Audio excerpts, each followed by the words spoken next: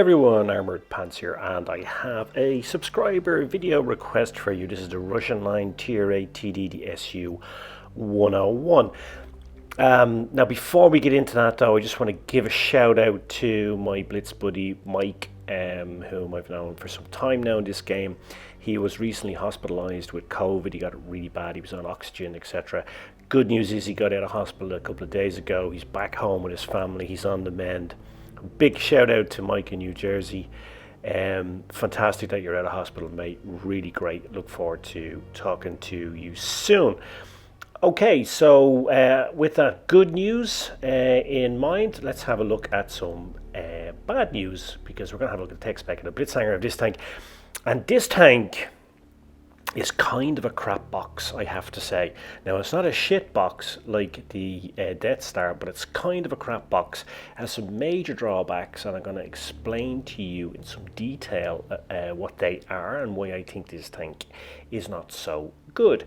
But before that, let's have a look at the setup of the tank. So in terms of provisions, I would use condensed milk, improved fuel, and extra combat rations. That's going to max out your performance, like reload, view range, etc. Going to run camo net and that, of course, because it's a TD. Now there's a top gun on this is 122mm, but the Tier IX 100mm gun is also very good, and we will have a look at that. So you have two options. With the top gun, AP penetration is 258mm, heat is 340, and HE is 68mm. So a lot of pen on the HE. You get 420 damage points with AP, 360 with heat, and HE is going to give you a whopping 500, which is pretty good. Muzzle velocity is 1222 meters per second with AP and HE. With heat it drops a bit to 1196, but it's manageable. It's not a significant difference, so shell management is relatively easy with this tank. Gun index is excellent, it's 14.4, it's really good. Maneuverability or mobility index is 9, also excellent. This tank is a flyer, particularly for a TD. So these indexes are really, really good. If you don't know what they are, it's all explained in the advanced Blitz playlists. Yeah, you'll get all the details about what those indexes are. Gun alignment, however, is awful. Why? Well, it has an aiming arc of only plus minus 7 degrees, so 14 degrees in all. And you only get 4 degrees of gun depression. That's right, 4 degrees of gun depression. If you use the 100mm gun, it's only 2 degrees of gun depression. So you have basically no gun depression, which means trying to align with your targets is very difficult. Also, because of that limited traverse arc, when you're trying to track a moving target, you get this track bump, because basically the aiming circle, the tracks bump, the aiming circle goes wide again, so it's very, very difficult to fire at a moving target in this tank. So if you're firing at something really fast moving, like an RU-251 or something, it's very difficult with this tank. Another disadvantage it has is concealment number. So if we take something with a view range of 304 meters, like an RU-251, it will spot you up at 203 meters. Now that's actually not bad, but here's the kicker. When you fire, you blow 67 meters of cover. So basically you're spotted up then within 270 meters, and that's a problem because everybody's going to spot you up. So as soon as you fire, bing, light bulb goes off. And that is a problem because when we look at the armor profile here, it basically doesn't have any. All right. Now, when you think about the mechanics of this tank and its origins, and it was never developed, but when it was put onto paper, the blueprints, the idea was that you could make it more mobile by reducing the armor, putting the engine in the front of the tank to give the crew protection. Those of you who are engineers, or those of you who have a modicum of common sense, will realise that wasn't a good idea, because while the engine might give the crew protection, it needs an engine to go, right? So that's why probably it was never produced. But what does that mean? Well, it means this tank doesn't really have any armor. You only have 1100 hit points, by the way, so you have a very small hit point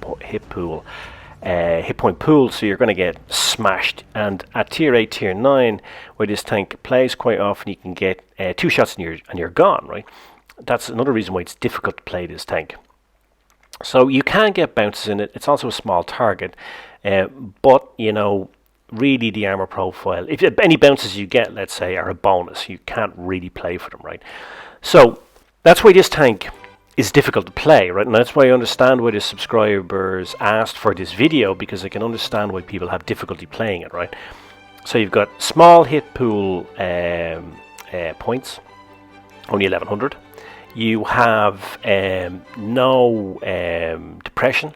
You've got limited traverse, and you've got that problem with the concealment numbers. Now we're playing now with a smaller gun, right? So so you can see the differences highlighted here with the smaller gun, right? So with the AP rounds, you're only getting 230 millimeters of pen. You're getting 363 with heat, so you get more with heat, which is good. But you get less, obviously, with HE. You get 310 versus 420 damage points with AP, 260 versus 360 damage points with heat, and with HE you're getting 420 versus 500. So actually, not such big differences. The muzzle velocity is better; it's 320 versus 1222 with APCR and HE, and with heat, yeah, it's more or less the same. You know, it's like 26 meters is not really a big difference. But on the reload, though, you get 6.5 second reload versus just over 10 second reload, so you're able to fire a lot more rounds, right? So it's kind of rapid firing, and it's a pretty decent gun handling system. Of course, you only have 2 degrees of gun depression. Practically, what does that mean? Well, it means when you adopt a TD firing position, right, it means that you have to push forward, because you basically need to use the body of the tank to angle down, because the gun won't angle down on its own. It makes sense from the design of the tank, because the gun is along the whole length of the tank, right? So obviously gun depression is almost impossible. What does that mean for you as a TD? Well, when you move your tracks, you blow cover, right? So it means in order for you to make shots, you need to move, and that makes it easier for the enemy to spot you. Also, when you fire, you blow more concealment numbers. So basically, you get spotted up really, really often in this tank, and that's the problem, especially when you only have 1100 hit points, right? Very small pool of hit points. When you think about the tanks that are in Tier 8, and if you get up tiered in Tier 9, who can roll you for 5, 6, sometimes 700 damage, you are in a very precarious position, right? And that's one of the reasons why this tank, I believe, is so challenging to play. So those dynamics around its design make it very difficult to play as a standard TD, because you get spotted up so often.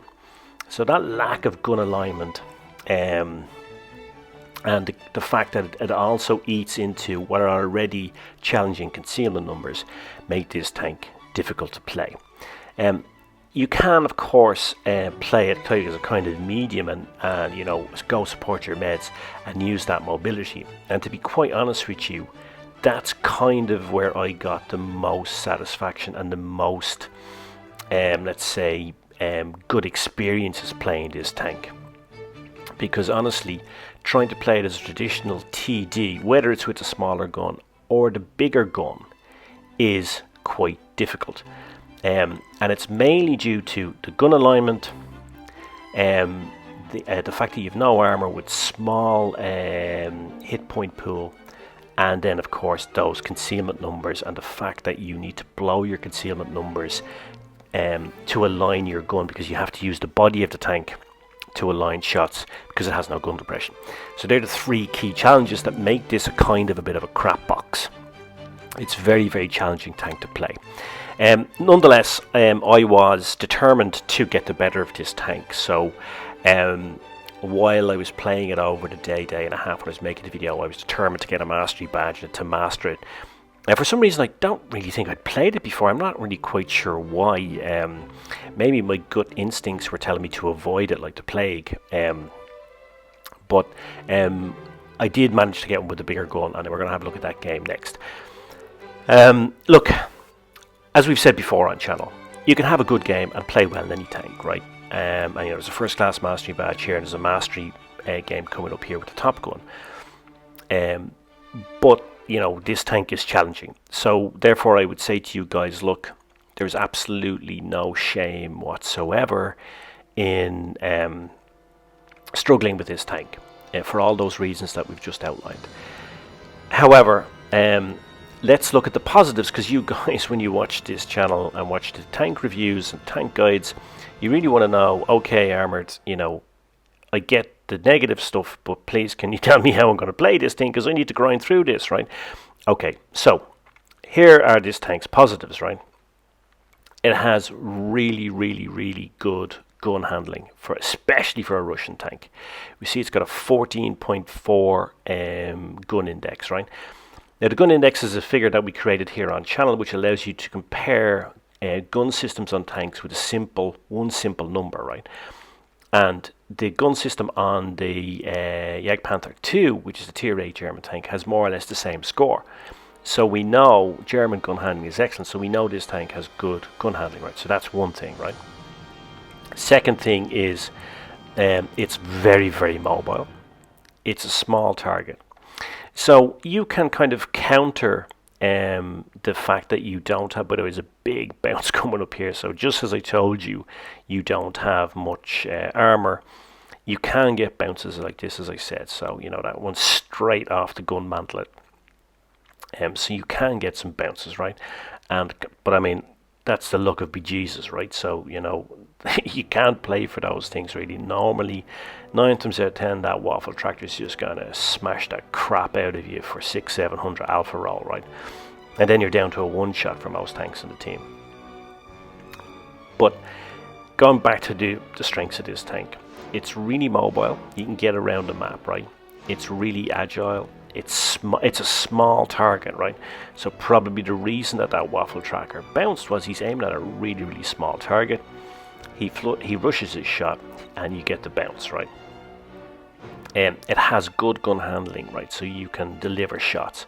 Now I don't get a full alpha roll here because I'm really firing at a really small target here at the top of the waffle tractor, but you can see I do get a hit. And you know, if you were in most other Russian TDs at this tier, you wouldn't be able to make that shot. You can see another really, really good shot coming up here, right? When you don't have to move the tracks, when you don't get that track bump in your aiming round all, this tank is good. The problem is with only the ±7, so 14 degrees of aiming arc, you have to move the body of the tank quite often when firing at a moving target. That gives you that track bump, which basically means you have to go back to the start of your resetting your aiming, and that affects the gun handling, right? But when you don't have to move the tracks, the gun handling on this is good.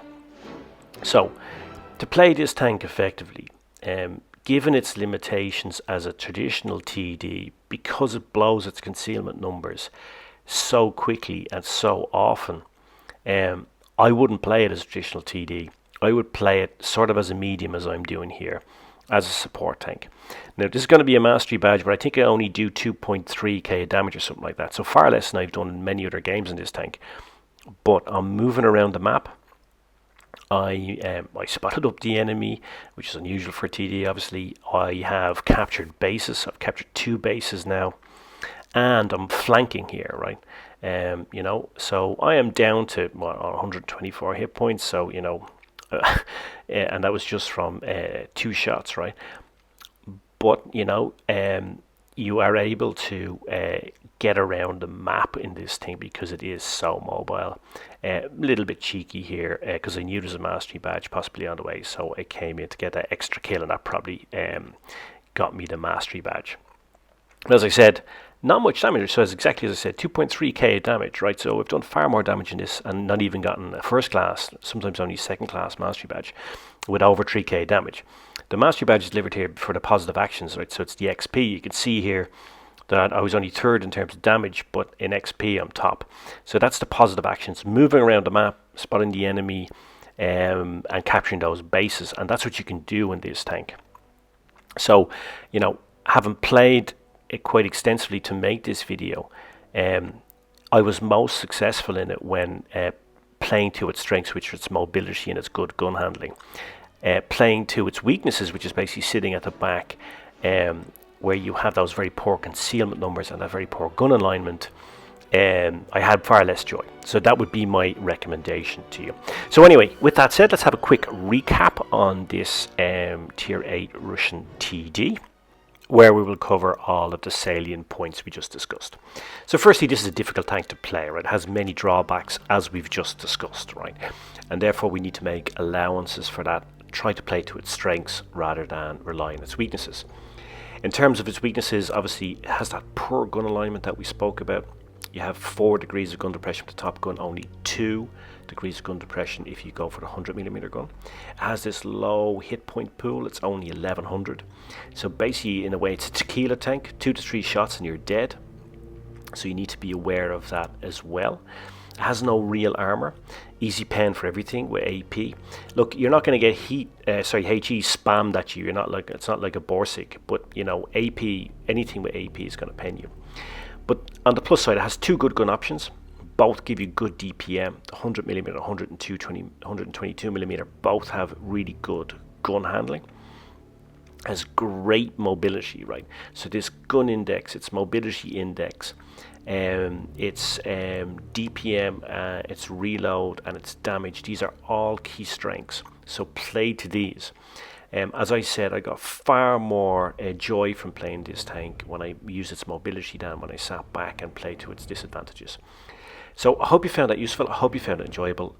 Cheers, Mush. Thanks for watching. And I guess all that remains for me now to say is PANTZ off.